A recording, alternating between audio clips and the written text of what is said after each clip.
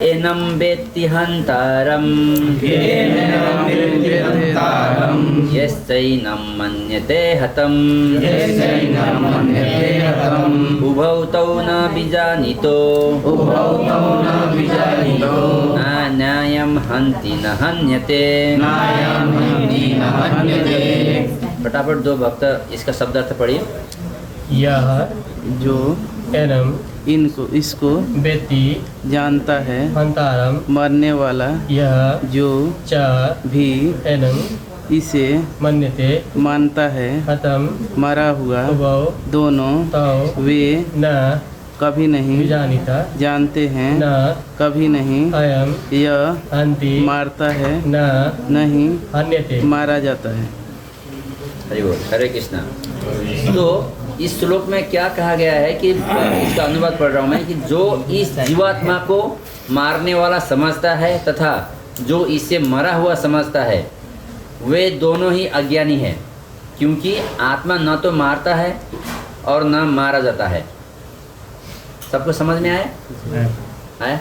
बहुत अच्छी बात है। तो आप लोग से सुनूंगा मैं अभी नहीं तो ओके, इसके विषय में चर्चा करेंगे। नहीं बहुत टाइम से हमारा जो ये अध्याय 2 में आत्मा के विषय में चर्चा हो रहा है, तो आप लोग को थोड़ा कभी कभी टेस्टिंग भी होना चाहिए।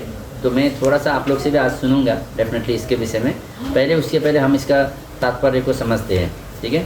तात्पर्य भाई हिज डिवाइन ग्रेस से भक्ति वेदांत स्वामी श्रील प्रभुपाद जी की। तात्पर्य छोटा है तो मैं इसको डायरेक्टली पढ़ लेता हूँ।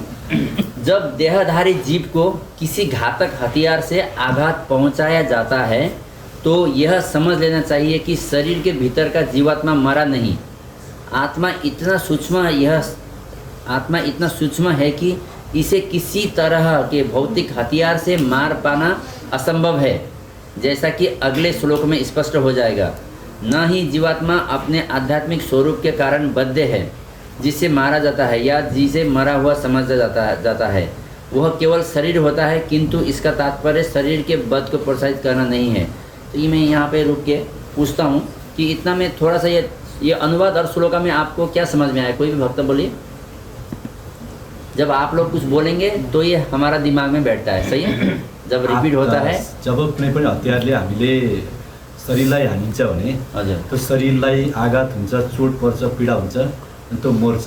तर त्यो हतियारले हान्दाखेरि चाहिँ आत्माको हृदयलाई चाहिँ आत्मालाई चाहिँ मर्दैन। ओके, सही हो। आत्मा अमर है। हाँ, आत्मा अमर है, सही है। और बोलिए बोलिए, सब लोग बोल सकते हैं। बहुत ही आसान है ये तो। आत्मा को न मार सकते हैं। सब लोग को बोलना चाहिए थोड़ा थोड़ा। ओके, आत्मा को न मार सकते हैं, न जला सकते हैं, न सही है, सही है। आत्मा को ना तो दिख सकते हैं, न मार सकते, न जला सकते। और आत्मा बहुत सूक्ष्म रहता है। तो लोग सोचते हैं कि मैं इसको मार दूंगा तो वो असल में नहीं होता है। असल में नहीं। उसका जो आत्मा है वो सही है, शरीर मरता है, आत्मा नहीं मरता है। ठीक है, कुल मिलाकर सबको ये टॉपिक समझ में आया। देखिए बहुत ही इम्पोर्टेंट है ये। ठीक है, और यहाँ पे जो नए भक्त आए, आप लोग को भक्तिमय जीवन के विषय में समझने के लिए बहुत ही अच्छा अवसर है नए भक्त को भी, क्योंकि जब तक हम ये आत्मा और शरीर के विषय में नहीं जानते, आत्मा क्या है नहीं पहचानते हैं, हम भक्ति में अग्रसर नहीं हो सकते, भगवान के प्रति आसक्त नहीं हो सकते, है ना? तो जानना जरूरी है। तो अभी प्रभु जी ने जैसा बताया यहाँ पे जो लिखे हैं कि हमको लगता है कि हम उसको मार दिया लेकिन वो मरता नहीं है, लेकिन इसका मतलब ये भी नहीं है कि हम जो है पशु जो है वध करते चले। बहुत सारे लोग फिर ऐसा भी सोच सकते हैं ना जो भक्ति में नहीं है, अरे ये श्लोका में तो ऐसा लिखा है आत्मा तो नहीं मरता है तो इसको मारने से क्या जाता है, चलो मार देते। वैसे भी इसका मतलब कोई इसका आत्मा तो नहीं मर रहा है, यहाँ पे श्लोका में लिखा है।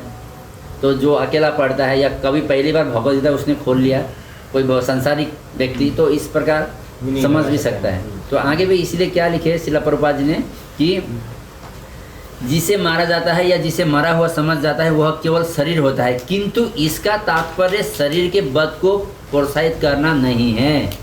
इसका तात्पर्य शरीर को वध को प्रोत्साहित करना नहीं है। वैदिक आदेश है वैदिक आदेश है माँ हिस्सात सर्वभूतानि, किसी भी जीव की हिंसा न करो।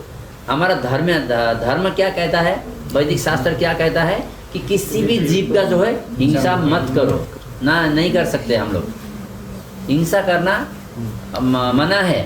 कोई भी हमारा जो धर्म में है किसी भी जीव का, मनुष्य का छोड़िए कोई भी पशु का हिंसा करना मना है, ठीक है। तो न ही जीवात्मा अवध्य है। अवध्य है का अर्थ है यह है कि पशु हिंसा को प्रोत्साहित किया जाए।